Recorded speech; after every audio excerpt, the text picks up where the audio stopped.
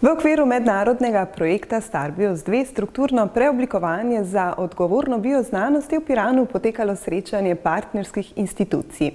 Vodja projekta, profesor Vittorio Colizzi, je poudaril pomen sodelovanja Univerze na Primorskem. I'm responsible of this European project, which want to construct the right environment, leadership, methodologies to grow up a new generation of scientists.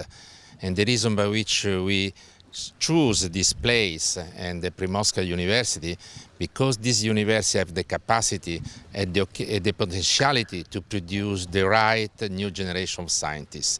We believe that in the European Union we need a new generation of scientists to avoid a lack of alignment between science and society.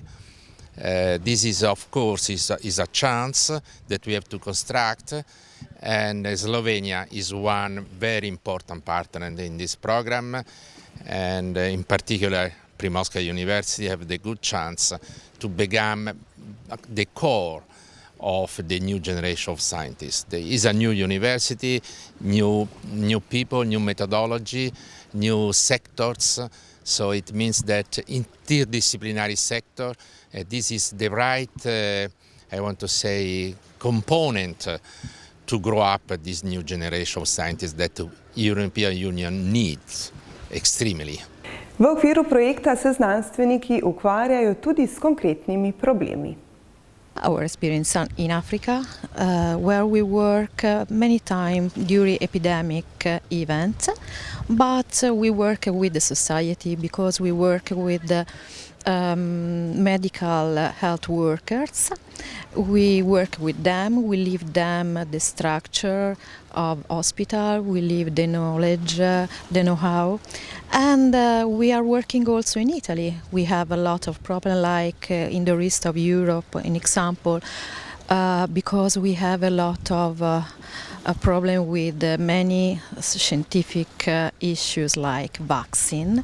So we organize several debates, several events just to explain the problem of vaccine, to encourage people to explain how the vaccine works. This means for us to work with society and for society. Smo v času, ki je lahko usodnega pomena za prihodnost planeta. Sodelovanje znanstvenikov je tako ključnega pomena.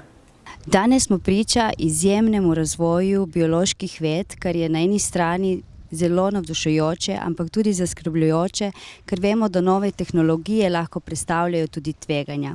Ravno zaradi tega potrebujemo novo generacijo znanstvenikov, potrebujemo tudi odprto znanost, ki bo vključila tudi družbo in pojmovanje družbe v pomembnosti družbe v samem odločanju glede uporabe novih tehnologij.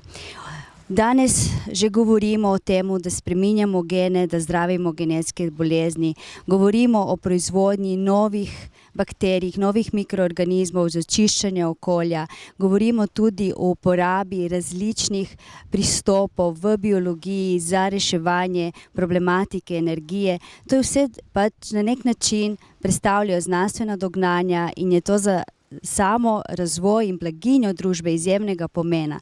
Vendar na drugi strani ravno odprta znanost, kakor tudi odgovorna znanost in znanstveniki, ki to počnejo, so pa nujni, da bi zagotovili en sodoben in etično ustrezen razvoj.